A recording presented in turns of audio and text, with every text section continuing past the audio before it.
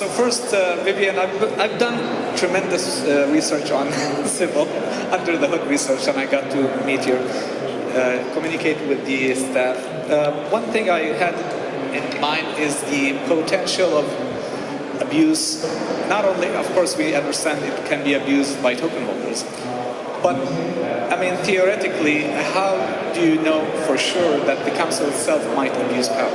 I mean, this is something that is not necessarily politically driven, but it means that the idea of decentralization will not be fully established. Let's say this council is okay, but the council might change. Right. One time it might be elected by the actual token holders. Right. So what mechanism do you think would be available to prevent that? Right, so we think about, I literally wake up in the middle of the night thinking about ways that this system can be gamed. It's really important to think that through and anticipate it, like I said, in the ways that platforms maybe didn't think about the way that their platform could be gamed, like Facebook when it was originally. Now they know. So you raised the point about, I mentioned that the civil council can overturn the community vote if they feel that the vote was that if a newsroom, say, was kicked off for reasons having to do with something other than the fact that they weren't complying with the Constitution. So two important things. Number one, the council decision can also be overturned by the community, but this time by a supermajority. So in the event that the council becomes sort of infiltrated by bad guys or people who do not share the values that we share, the community does have the power to overturn that decision. And once the council is in the hands of the community, they will have more control over who's in it. I mean, I handpicked the council to start, but because we have to start somewhere, right? But and I trust these people, but over time, the community will have that authority. The other thing is you can't challenge a newsroom just for any old reason. It has to be because you need to specifically show how they are in violation of the civil constitution. So that is the benchmark, not anything else. And that, again, that constitution will evolve over time, and be interpreted, but it is the North Star. Thank you. Gagik, you mentioned the idea of total distribution, so you don't really have a council in your case. You have the public itself governing itself. But of course, you also have the aspect of blockchain being built by you. I mean, this is yours. In the case of Civil, they are relying on Ethereum as their base, and tokens are built using the Ethereum blockchain. But in your case, it's your own blockchain. So what mechanisms do you have to prevent an overtake of the system, since you're a relatively smaller blockchain? Very good question, thank you. We didn't choose to have our own blockchain. We came to this space 2.5 years ago to use one of the platforms like Ethereum, but when we realized it's not possible to use the Ethereum type platform for a global ecosystem like PUBLIQ, where you need to store content on blockchain. Imagine what will happen if we bring all this content to blockchain. CryptoKitties just killed Ethereum in one go. It's just one small application. But imagine all this room going back to blockchain. It's not possible. You need to have a distributed storage capacity to really address the matter. And there are not that many blockchain projects that address real life situations except fintech. If you know, you can bring me. There are not that many. Probably not. And PUBLIQ is a working platform. When it comes to the blockchain of our own, I come from a background where we as a small teams build products that are running the world. For example, cloud management platform, which is used by VMware now, and so on and so on, built by very small teams. And this is software, and this is algorithms. We have a patent, wall of, our team that is doing world-class service in many dimensions. So I had a team profile, and you could see, maybe I can go back. But one aspect of it is we are trying to make sure that no matter how big stake anyone has in the network, he will not be able to control it. So our own architecture suggests and supports this notion. And we are proud to announce that our blockchain is live already, and we invite the whole community to be part of it, to start building it. It's open source. So we remunerate developers who come to join us. So I understand that it is not like, it will not be perfect in the beginning, but with the help of everyone joining and having a stake, this will become one of the best platforms to use. Thank you. I have other questions, but I'd like to give the opportunity to the audience. If you have any thoughts or comments and questions, please feel free. There's a question. Is there a rotating mic for the audience, or no? I can give you my. Yeah, there's one there.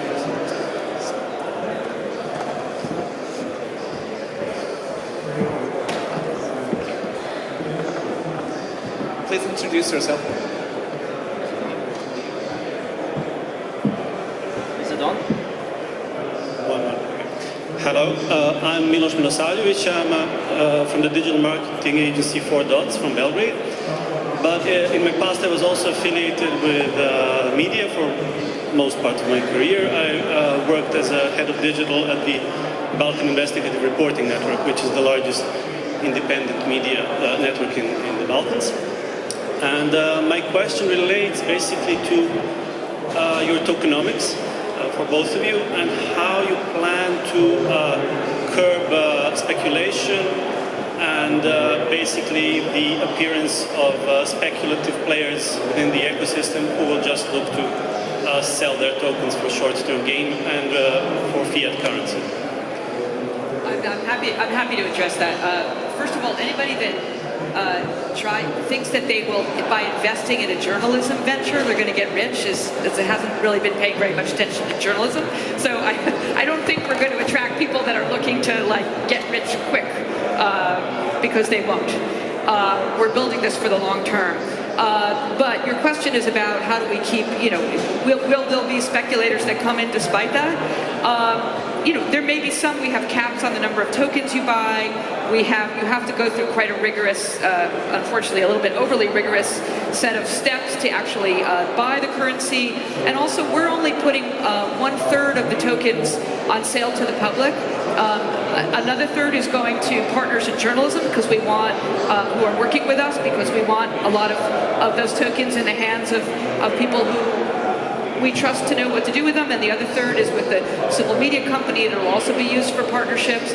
So even if somebody buys a large amount of tokens, they're not going to be able to game the system. And like I said, this is not going to be, obviously I can't predict the value of the tokens are going to be, but we're not anticipating it being very spiky. So just what would be the sustainability model then?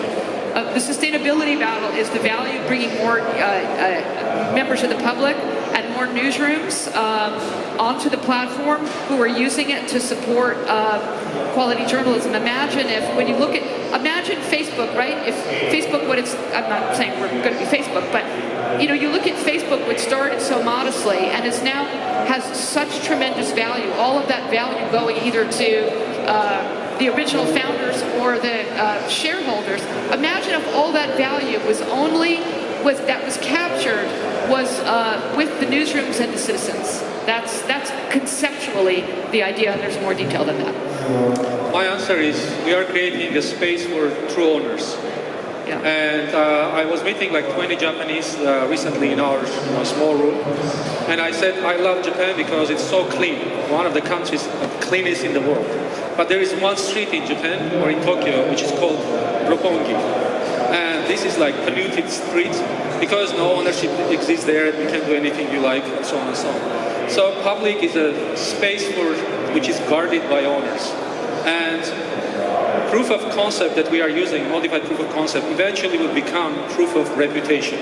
Because reputation is the most precious thing you build and maintain, and this is how much you can earn. So you have to have a stake by your work in PUBLIQ to be a real owner.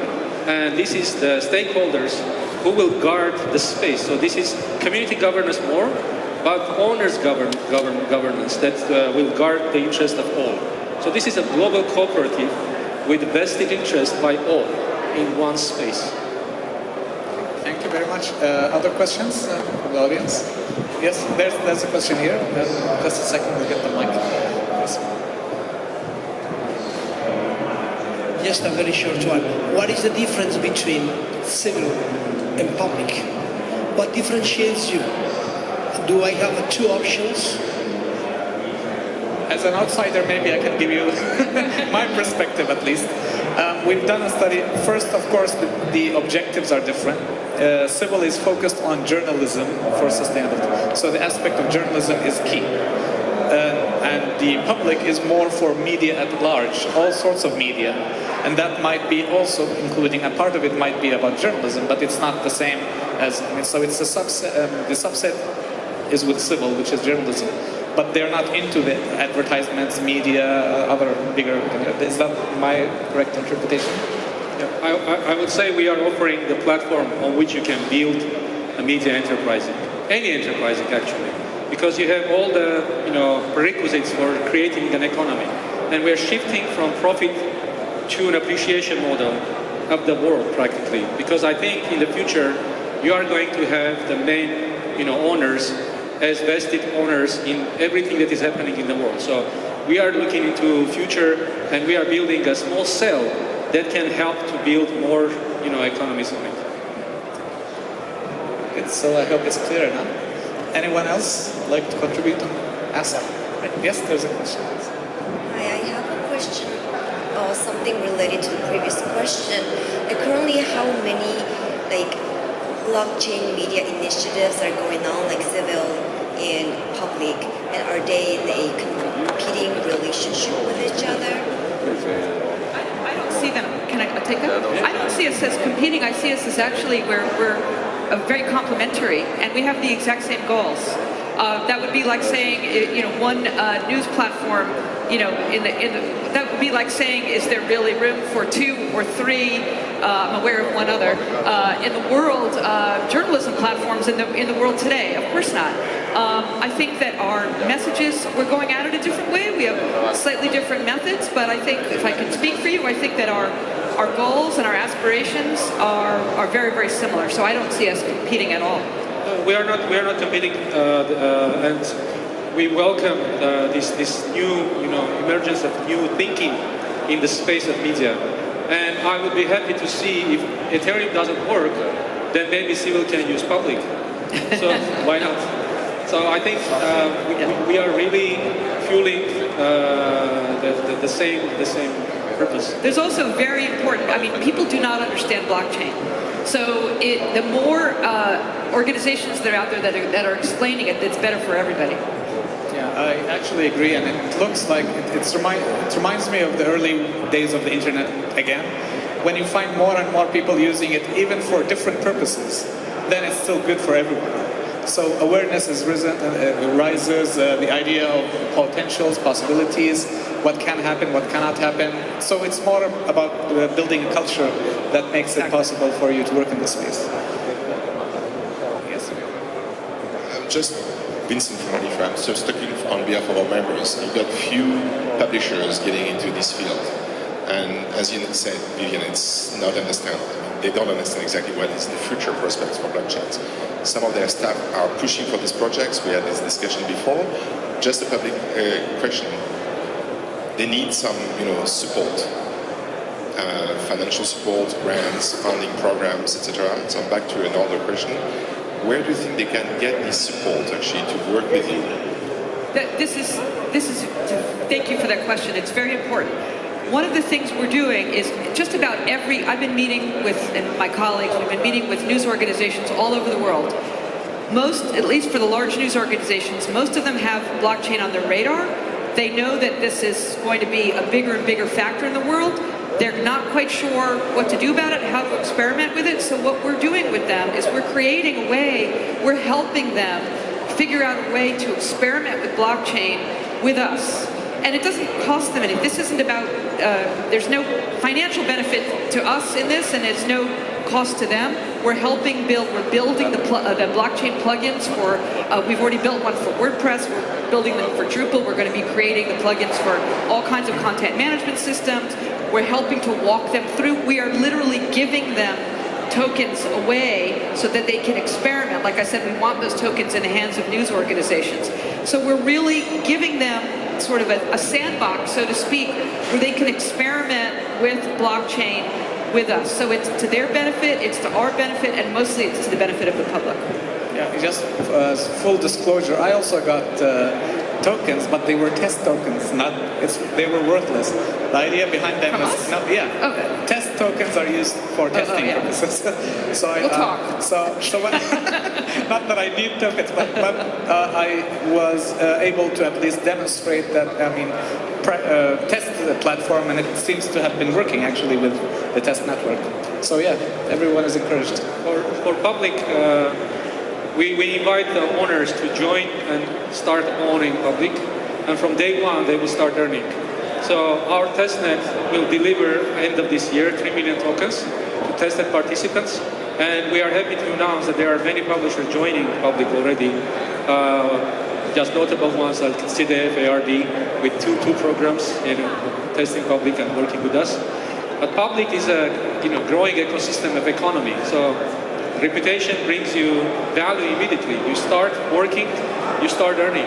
And as a foundation, we have small tokens, part that we maintain to invest in many programs we are intending to start. So several centers of future media are being created now in different parts of the world: Tokyo, London, Geneva, and LA currently. And they will be working with universities and providing grants and investing into fellowships and so on and so on, so we can create the community and sustain its support the community. Okay, very good. So anymore, we have lunch, but we can take a little bit from lunch if we need to. But any thoughts or comments or questions? Otherwise, I'd like to appreciate or thank and express my appreciation for Vivian and Gagik for coming all the way here. And thank you all for making it. Remember that blockchain is at the very early stages, so be an early adopter and win in the long run. Thank you very much and have a great day.